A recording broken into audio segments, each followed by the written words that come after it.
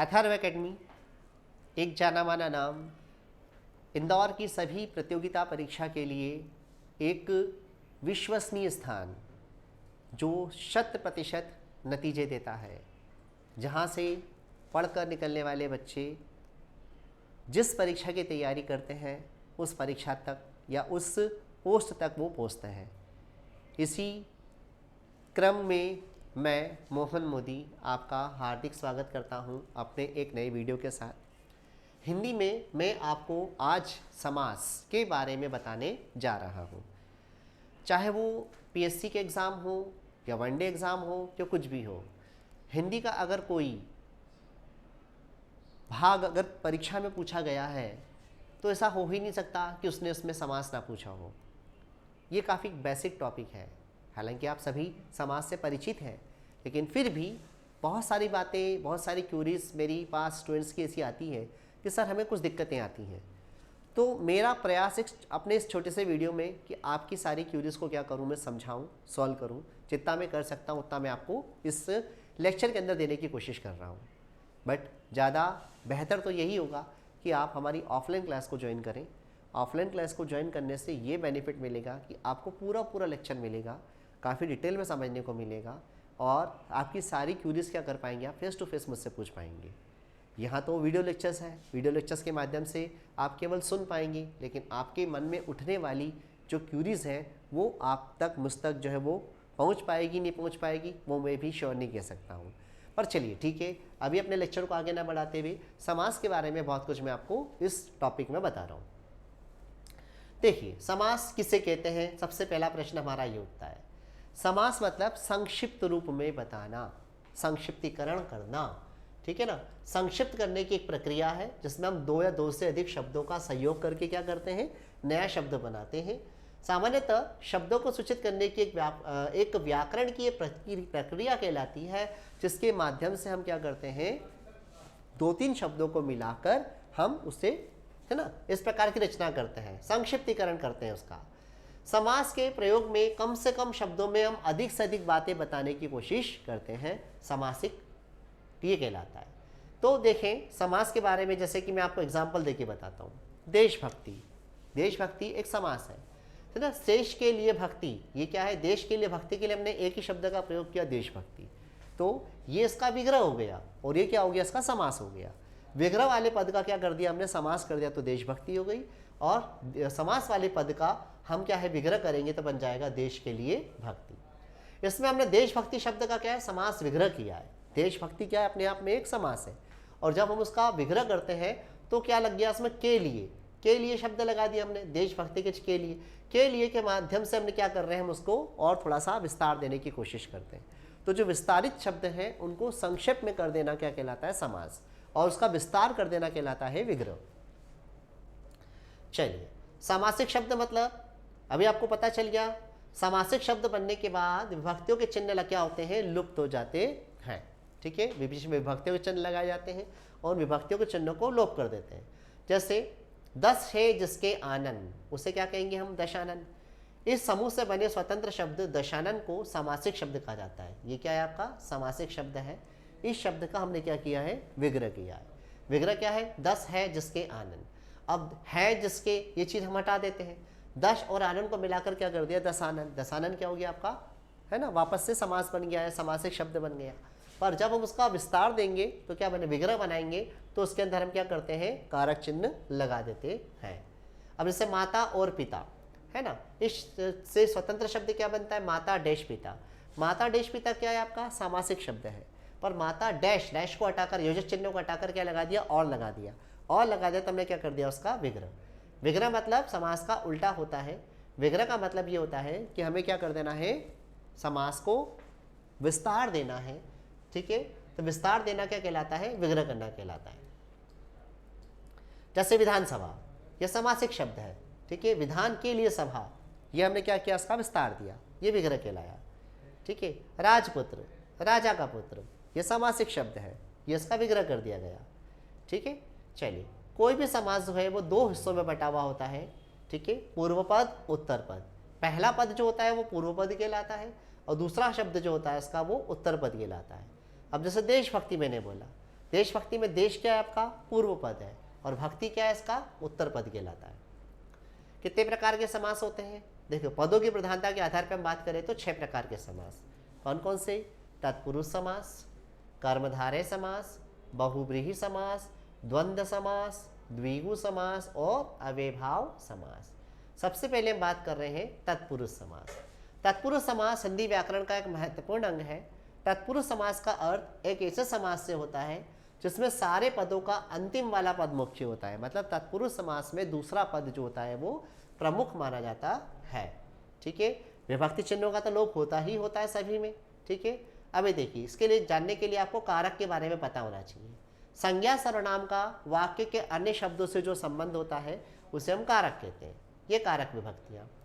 कर्ता ने, देखिए, कर्ता ने कर्म को कारण से के द्वारा संप्रदान के लिए अपदान से अलग संबंध का की के अधिकरण में पर संबोधन है अरे। इसमें से कर्ता और संबोधन के तत्पुरुष नहीं बनते, बाकी कर्म, करण, संप्रदान, आपादान, संबंध, अधिकरण ये तत्पुरुष समास में बनते हैं। और तत्पुरुष समास के वही 6 भेद होते हैं जो अभी मैंने आपको चार्ट में बताए। कर्म तत्पुरुष, करण तत्पुरुष, संप्रदान तत्पुरुष, संबंध तत्पुरुष, अधिकरण तत्पुरुष और आपादान तत्पुरुष। सबसे पहले हम कर्म तत्पुरुष के बारे में बात कर रहे हैं कि कर्म तत्पुरुष क्या होता है। कर्म तत्पुरुष जिस समास में कारक चिन्ह किसका प्रयोग हो रहा है? को का लोप हो जाए ना, क्योंकि कर्ता ने कर्म को, कर्म में क्या आता है? हमेशा को आता है। को का लोप जहां होगा वो कर्म तत्पुरुष होगा। जैसे जेब कतरा, जेब को काटने वाला, को का लोप हो जाएगा। जग सुहाता, जग को सुहाता। सर्वज्ञ, सब चीजों को जानने वाला, को लगेगा ही लगेगा कर्म तत्पुरुष में। ये देख रहे हो आप, पूरा का पूरा मैंने आपको इसमें दे दिया है, इसमें सब में को लग रहा है। तो को जो है इसको अगर आप लोप कर देते हो तो कर्म तत्पुरुष आ जाता है। फिर करण तत्पुरुष, करण में क्या बताया हमने? कर्ता ने कर्म को कारण से, ठीक है, से या के द्वारा, से या के द्वारा लगेगा इसमें। गुण युक्त, गुण से युक्त। सितारों भरी, सितारों से भरी। तर्क संगत, तर्क से संगत, है ना। ये देखिए, या तो से लगेगा या के द्वारा लगेगा। इसका प्रयोग यहाँ पर इस तरह से होगा। तो ये आप एक बार देख सकते हो उदाहरण सारे के सारे, क्योंकि एक जैसे ही चल रहे हैं उदाहरण, तो ये सारे उदाहरण इसमें इस तरह के रहे। संप्रदान में के लिए लगता है जब विग्रह करने जाते हैं हम, तो संप्रदान में हम के लिए का प्रयोग करते हैं। जैसे विश्राम गृह, विश्राम के लिए गृह। समाचार पत्र, समाचार के लिए पत्र, है ना। जेब खर्च, जेब के लिए खर्च। माल गाड़ी, माल के लिए गाड़ी। आपादान तत्पुरुष में से का प्रयोग होता है, पर ये वाला से कौन सा होता है? अलग होने वाला से होता है। जलहीन, जल से हीन, अब जल में नहीं है वो, तो उसे जलहीन कहेंगे। बंधन मुक्त, बंधन से मुक्त, बंधन से अलग हो गया, ठीक है ना। कर्महीन, कर्म से हीन हो गया। काम चोर, काम से जी चुराने वाला, अब काम से मतलब नहीं, काम से जी चुराने वाला। तो ये सब चीज़ें जिससे अलग हो जाने वाली बात है वो इसमें आती है। संबंध तत्पुरुष में संबंध बताने वाला कार्य होता है। इसमें का, की और के का प्रयोग किया जाता है। जैसे अमृत धारा, अमृत की धारा। गंगा जल, गंगा का जल। कन्यादान, कन्या का दान। देख रहे हो आप इधर, या तो का या की का या के का प्रयोग इसमें किया जाएगा। फिर अधिकरण तत्पुरुष में और पर का प्रयोग करते हैं विग्रह करते समय। मैं और पर, ध्यान दीजिएगा। तीर्थाटन, तीर्थ में यात्रा। ध्यान मग्न, ध्यान में मग्न। पर्वतारोहण, पर्वत पर आरोहण, या तो में का प्रयोग होगा या पर का प्रयोग होगा। इस प्रकार से मैंने आपको ये सारे जो बताए हैं ये आपके तत्पुरुष समास कंप्लीट किया। अब बात कर रहा हूँ कर्मधारय। कर्मधारय मतलब कर्म को धारण करने वाला। जिस समास का पहला पद क्या हो? विशेषण हो। दूसरा पद क्या हो? विशेष्य हो। जिसकी विशेषता बताई जा रही हो उसे हम कर्मधारय समास कहते हैं। कर्मधारय समास के उदाहरण जैसे देखिए, महादेव, महान है जो देव। है जो करके शब्द इसमें आता है, ठीक है। महा विशेषता है, देव, देव की विशेषता की वो महान है, तो हम लिखेंगे महान है जो देव। नर सिंह, ठीक है ना, नरों में सिंह, है ना, सिंह रूपी नर, तो रूपी लगे या है जो लगे। इस प्रकार से जो भी बन रहा हो जिसमें विशेषता को पहले लिखा जाए और जिसकी विशेषता बताई जाए उसको लास्ट में लिखा जाए, ऐसा कहीं पर भी जा रहा हो तो सारे उदाहरण किसके बनते हैं? वो कर्मधारय समास के बनते हैं। बहुव्रीहि समास, बहुव्रीहि समास में कोई भी पद प्रधान नहीं होता, बल्कि किसी तीसरे व्यक्ति के बारे में इसमें बात की जा रही होती है जो कि वर्ल्ड में, दुनिया में एक ही हो, है ना। जैसे गिरि को धारण किया है जिसने, कृष्ण, गिरि को धारण करने वाला क्या कहलाता है? गिरधर, एक ही है जो ऐसा है। ठीक है ना। लंबा है उदर जिसका, अर्थात गणेश, लंबोदर कहते हैं, एक ही है। इस प्रकार से जिसका वर्णन इस प्रकार से दिया जा रहा हो, जो संसार में एक ही हो, उसे हम बहुब्रीहि समास में लेके चलते हैं। द्वंद्व समास, द्वंद्व समास में और, एवं, अथवा ये सब चीजें लगती हैं। समास में क्या लगाया जाएगा, डैश लगेगा, और जब हम उसका विग्रह करने चाहेंगे तो और, एवं, है ना, इस प्रकार से लगेगा। जैसे सुख दुख, सुख और दुख, पाप पुण्य, पाप और पुण्य, है ना, भला बुरा, भला या बुरा, है ना, या तो और लगेगा या लगेगा, है ना, इस प्रकार से लगेगा। वो द्वंद्व होता है जिसमें दोनों पद प्रधान होते हैं। द्विगु समास, द्विगु समास मतलब जिसका पहला पद क्या हो, संख्या हो, पहला पद कोई संख्यावाचक हो, उसे हम द्विगु समास कहते हैं।